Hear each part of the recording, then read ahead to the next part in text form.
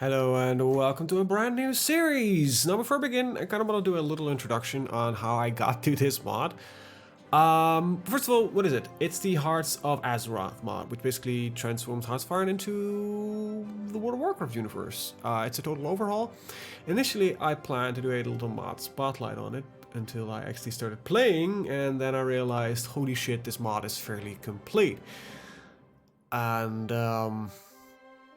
it's a lot complete. Like, you see a lot of these types of mods pop up, but usually it's like, hey, we just changed the map or just a few things, changed some name, not much there yet. These guys did a lot of work. And yeah, I'm just gonna do a proper playthrough from it. So as you can see, we have characters from the Warcraft universe. There is a lot of crap in here. There's just like legitimately. We're starting at the first war. It's the moment that the orcs, just after the orcs have invaded Azeroth. So this is the world. Like everything is here. Well, yeah, sort of. Yeah, I think mostly if it is here, we're not having like Draenor, which makes sense because Draenor didn't really exist. But yeah, we have like basically everything here. We've got Ankarai here, we've got Cenarion Circle, we're starting to halt them off, got the Ramkarn. See, we got like the kitties, we have trolls, ogres, cartels, like a lot of shit is here. It's just like everything you can imagine is basically here. Like we got black dragons, you know, you can play as, you got Naga, you got some cows. Just gonna keep them calling cows, because they're just cows. Holy beef. Yeah, Tauren. Yeah, but even, you know, even you got the other Tauren here. So there's a lot of detail in here. You have... This is before the Lich King has been revived, so which is fairly interesting. So you still have like the Azul Narub tribe still rule this thing. Is this okay? I was thinking maybe, but yeah, there's just a lot of stuff here. You got the little islands, you got your Kol Tiras, you got your Tolbarad, Gilneas is here, so you got yourself some. They are humans still, which makes sense. I actually don't really know. You can even play as gnolls. Is there a gnoll in Westwood? No, there's not a tiny thing there. That would have been funny. But you know, you've got all your things. But this series actually has a name.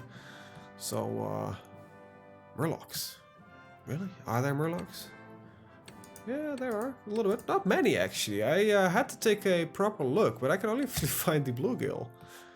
They are, as far as I know, the only proper Murlocs in this game that are large enough to be played as a faction. So you know, you got a lot of stuff everywhere, satyrs, demons, and all that kind of stuff. But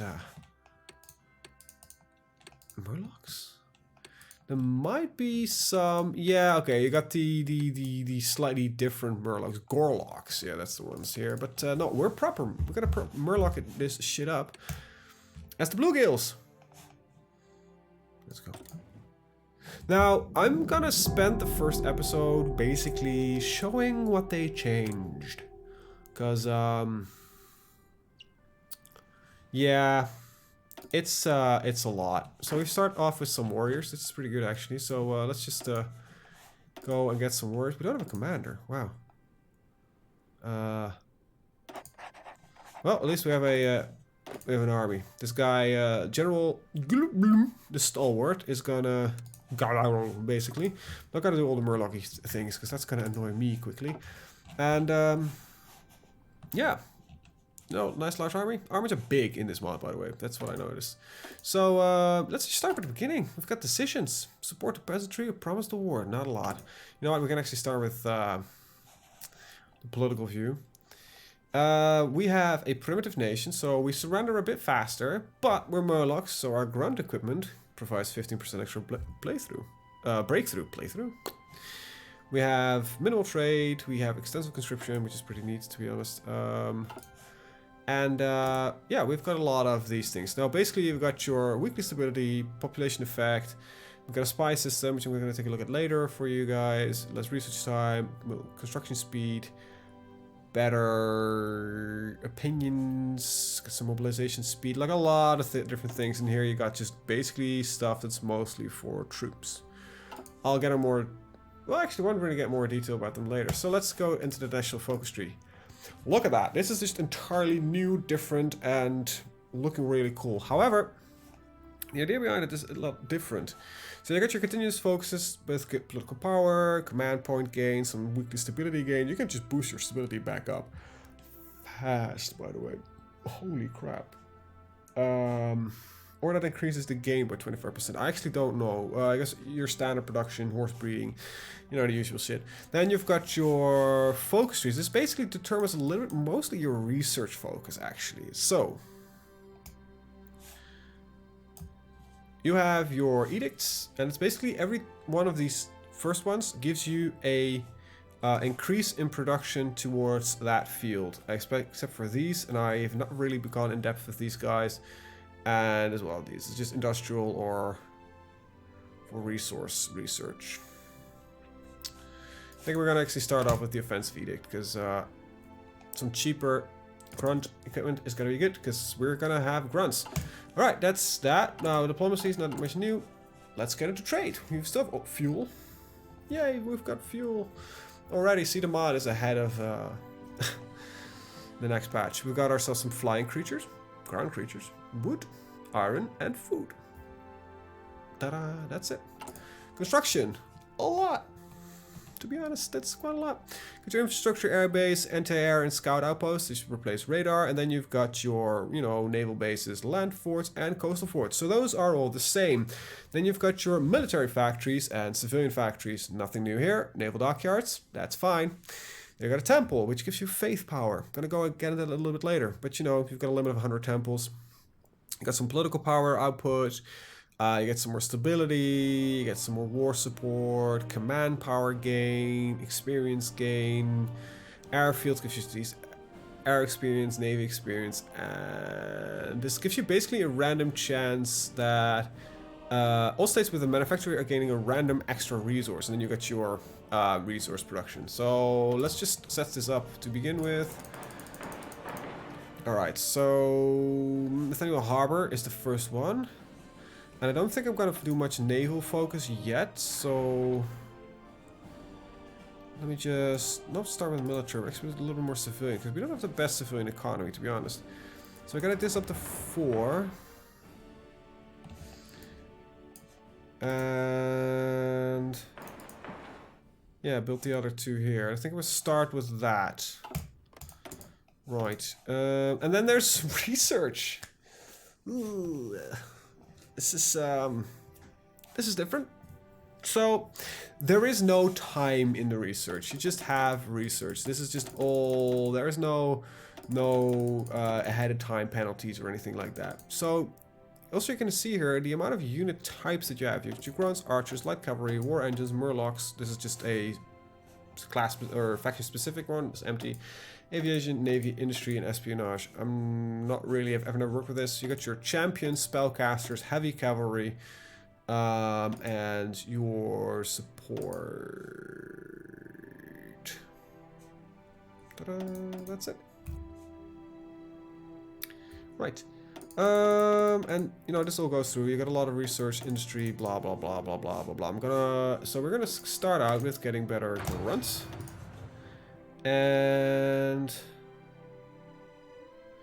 be honest, I want to get a bit of the do I want industry going? I don't think we really need it, so I think we're gonna focus on army doctrine, and we're gonna be conquerors. So we're gonna get 24% division attack, which is pretty neat, to be honest. Now we start off with a basic setup here, which is not got what we need. I think we're never gonna be a very industrial large nation, so I think this would work. And then we can add in later maybe a couple of shore strikers, which are our archers. I'm gonna stick with that. So I'm mostly gonna stick with grunts right now, which require, let's see, war engine, warrior equipment, support equipment. So it's just the 3. I'll train them 5 at a time, and we'll max. Well, that works for now. Low priority, high priority. War engine equipment. Okay, we actually do need it, so we don't need support. We need. Or do we? No, we do. We don't need the archers yet, so war engine.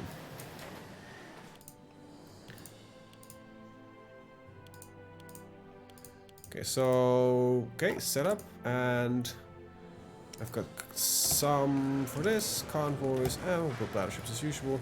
Now, it is fairly normal you don't have resources, by the way. I noticed there's some research that kind of fits into that directly, like industry here. You have resourcefulness, so you can minus 50%, just 10 levels, your requirement of resources, so that the penalty is not as high. So currently this thing will be done in 25 years, but I'm planning on getting some more lands. Now, I did mention espionage and magic, so let's go. We have a visibility of the sidebar. So we have a religion, apparently the Deep Mother, which gives us some warrior equipment, an off-map military factory. We've got which gives us some division speed. We have an annex war goal here. We've got a lot of map. Oh, this is really good. And we got initiate an invasion, so for naval. So we have a fairly powerful religion, to be honest. I like it. So that's the Deep Mother window. It's the ocean power that we are gathering, and I'm actually going to tell them to show me that. Then we've got espionage, which you click once on it, and then you select another country. Oh, there we go. You open the espionage window, you can just, and you start building a spy network. Costs 25 political power. I don't think we're gonna focus a lot on that, so click it again, it goes away. And then we go coring. If you click on a state, you can court, make it into court, which solves a manpower issue that you might otherwise run into. So, a lot of new features. And hopefully through the playthrough, and the mod is stable so far, so for me, so I've played about an hour or 2 or 3. Mod has been a lot of fun. So we're gonna go and probably fight some gnolls, but they're relatively, I think, on the same strength as us, so can I actually create a faction? No, we cannot. Okay. Like a Murloc faction. In that case, we're gonna murder the fuck out of everybody. Yep. So they're going for cavalry edict. We're gonna go for offensive, and we're gonna go for the grunt effort, and keep our grunt open. I'm gonna keep this not open all the time because it's not really that useful. Unless we're actually doing something with it. So what am I lacking the resources for? Only for our naval bit, which is not that important to me, to be honest. So let's take a look at our neighbors. What do they have? They have basically a bit of almost everything. Oh, we actually have some air potential. So let's build a...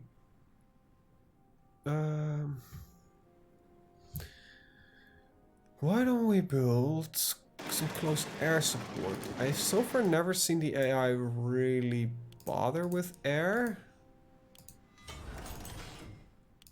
So we can build one. So we can build only one close air support a year. Holy shit.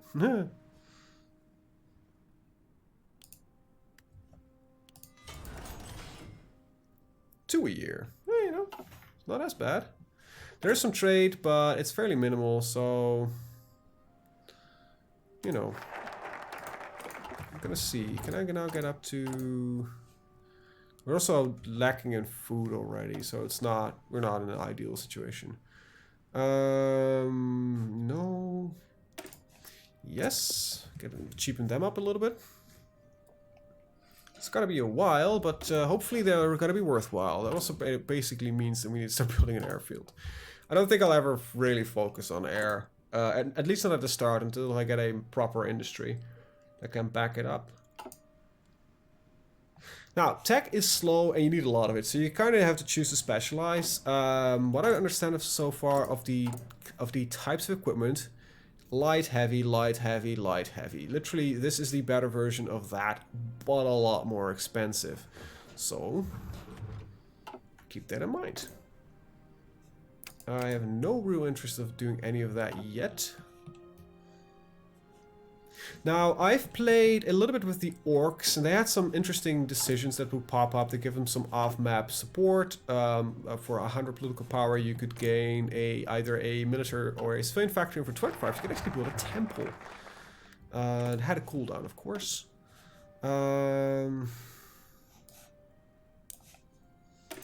Yeah, I think I'm getting those 3 industrial effects going, and then... sadly, there are no models yet. I know. Not all, but there are some of them. See, there are some models, like, in the provinces, so it's not... And the map is not... It works. It's a bit flat-ish yet, but I think that's also how the Warcraft map is sort of designed. So if you use a height map from World of Warcraft, this is probably, give or take, the result you would get. I would like to see small cities on the map, though. That would be pretty nice. Because there is Darkshire is right here, but there is not a... No, I don't think I can count those as buildings. Nope. Like Nathaniel Harbor. There should be like a thing there right here, actually, I think, if I remember correctly. So yeah, being without resources is a fairly normal thing. Right, but as long as, you know, this production runs, I'm fine. Industrial effort. So, I think our power lies in the fact that, so with Deep Mother, we can get the off-map military factories, which is really, really powerful, all things considered. Like, this is okay, like 100 units of warrior equipment, like, whoop-de-fucking-do, that's not gonna do much for me, I think. I'm gonna skip 1 level of that, to be honest. Deep Mother, go away, thank you very much. Division speed, well, we're gonna be some speedy fucking Murlocs. We're gonna be having cheap and defective army, so... Probably got over morale. I don't think production cost is gonna be the big issue. I think I'm gonna move up to Warrior 3 and then do a little bit of research down the trees that they have. So, and I'm not gonna ruin efficiency for that. Currently, we just need the equipment mostly anyway, so... Alright, so I think speeding up, it's only 2.5%, it's not a lot, but I think it's useful. Now there aren't really many ways of speeding up research. I've found only one so far, and it was bordering, might be that you need to border a goblin or maybe even a gnome state, and you can get spend 100 army experience to, let's see, no, I think I'm just gonna go for just a free factory. If you border them, maybe a goblin or a gnome, and then you get the decision, which you spend 100 army experience for a modifier, which basically is, gives you 5% more research speed. It's not a lot, but you know, considering that there are research here serves a different purpose, as it is boosting specific technologies. Boosting specific unit types, you specialize your nation. It's not like Germany that just does like almost everything. You're more like a minor nation where it's like, okay, we are going to focus on a specific types of infantry. Now I think I'm going to focus on having very light infantry, so with grunts. It's basically giving me a bonus, by the way. There's not really anything else, and I think I might stick in spellcasters though as support units. I think it might be fun. And a little bit of heavy-hitting artillery, so to speak. So yeah, it is a bit of a slow mod once in a while. Might be fun, a lot of fun in multiplayer. This guy seems to have a couple more division types than us, but he's also not really ideology group without a war goal. Okay, so it's set at Grim Batol, so yeah, I don't really want to attack the dragons, I'll be honest. Yeah, they have a lot of army. So can my Earth Mother help with that? Deep Mother. Yeah, so it cycles, so we might be able to get it. I don't know. Casmodan, Grim Batol, Casmodan, Stormguard. No, it seems to Okay, so we have a fairly dodgy position, to be honest, then. We might need to like attack Nomergon. No. Actually, this might be doable. Flipping gnomes.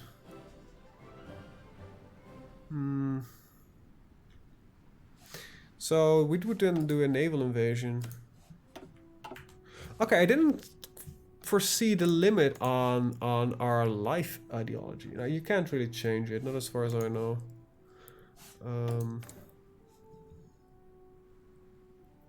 Yeah, and I didn't see any moss hides. Actually even like me. You can even request license productions, which is a weird concept thinking about it, but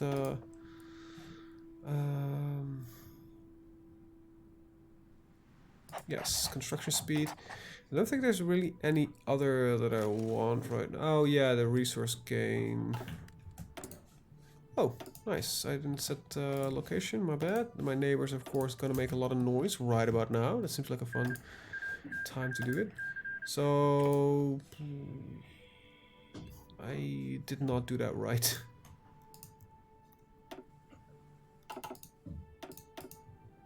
So we're gonna go up at about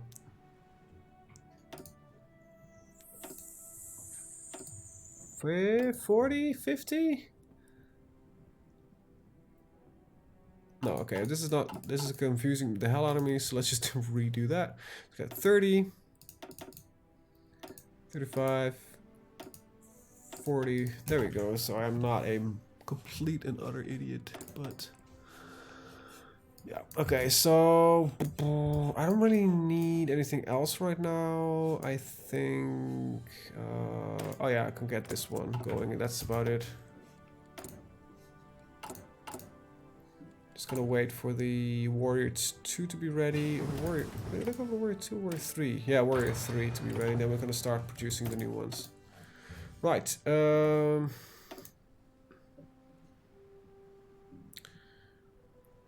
let's see. Yeah, that's for cavalry, which I'm not gonna focus on. So we're gonna go, and these bonuses are way too high to not do anything with. So let's see. What is our first logical target? See if the dragons are powerful and strong. Might be Stormguard. Might be the most logical choice.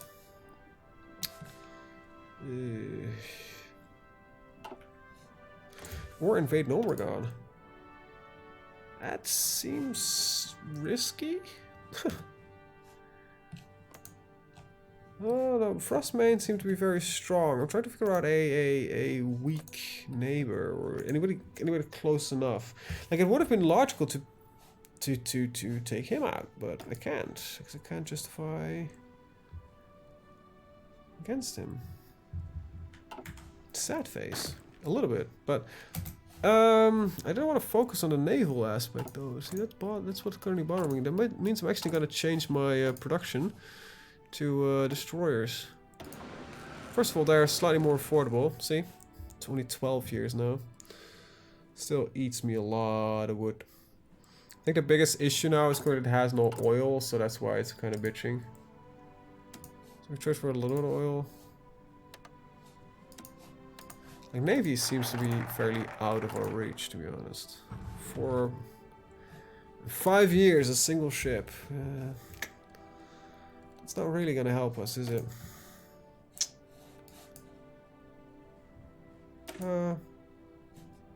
Might as well get this one then. Stormguard, Crimpatol. Seems it's not cycling in the others. Oh well, blessings of Deep Mother, it is. Getting those free factories, I guess. That kind of means we don't need any factories to build any factories. Let's see. So, temple, it's 0.05. It's not a lot, to be honest.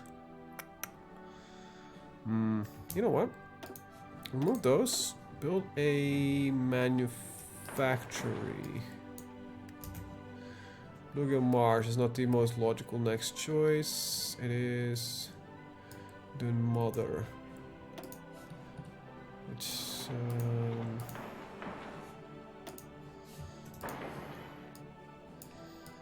there we go. Yeah, so I think we should focus on taking out Nomragon. It's gonna be a bit of a weird thing to do, but hey, our first aircraft's ready. Probably shouldn't be really building it anyway. Yeah, let's go on political skill. For now, get some upgrades, get some cheap...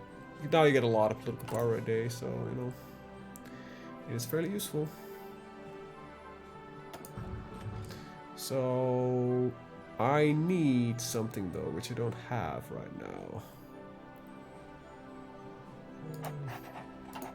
I actually need to research. After this one is done, we need to research the... Nope. There we go. I need to get naval invasion research. Right now, I literally cannot invade, and I think that's the only real choice that we're having. Oh. I think I found a better target. Yes. Yes. Same for Tolbarat? No, he has an army. Life Warders declared war on the Moss Walkers. I don't know where the Life Warders are. This is... Oh. Okay. So the Titans are exterminating. Okay. I'm not gonna judge them, but what? Makes very little sense. Right.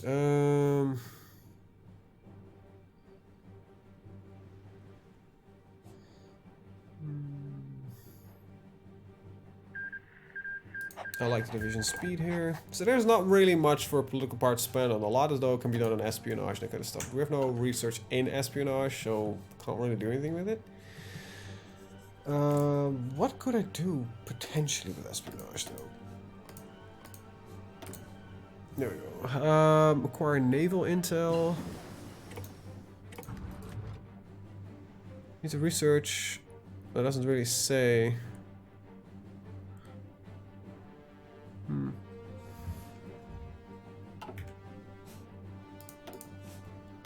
Anyway, yeah, so Navy is gonna be priority for us. I didn't think it would go that far yet. I like the idea of more warrior strength, and now we're gonna get the new grunt equipment in. Yeah, this problem is with close air support, it will have shit range anyway, so I'm not gonna issue more of them.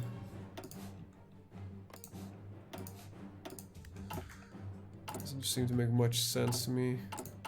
Especially since we are actually lacking war machines, so might as well build them.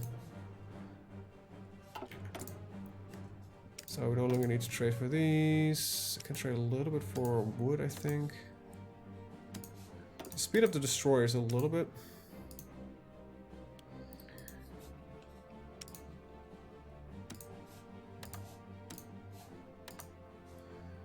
Okay, so we can actually do this.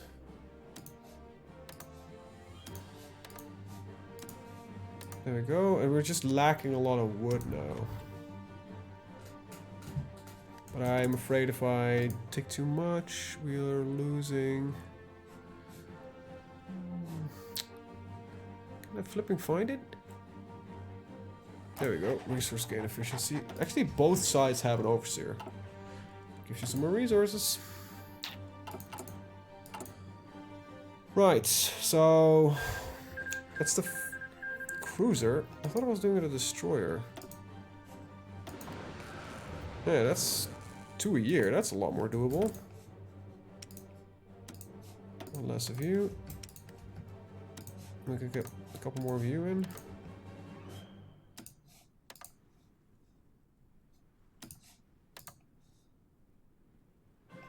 And let's get one more. I think full speed production on them is not going to be 4 a year. See? That's pretty good. So, yeah, that might work. Get the off-map military factory. Yep, we did get one. Okay. Don't want to actually make more of that. Just cheap grunts. That's priority. Right. So yeah, it's a bit of a slow start, but I like the mod where it's going. The warfare works. You have to specialize though, and I did notice that if you have an industrious, powerful nation and you can afford it, heavy infantry and just go everything heavy is just really insanely powerful. Like half the numbers. I literally was like these guys with the Orcish Horde. I was fighting against Stormwind, Redridge, and you know, with roughly around the same numbers. It seems the AI is not really building as many divisions. And I just smashed them. It's like nothing could stop me. It was insane. So these life warders are not happy with somebody. What's happening exactly? Fuel. Not getting any. This looks like a shoddy trade to me, and you're out. Alright, so I'm gonna do these episodes a little bit longer. No, actually I'm not. So I'm actually gonna end it here.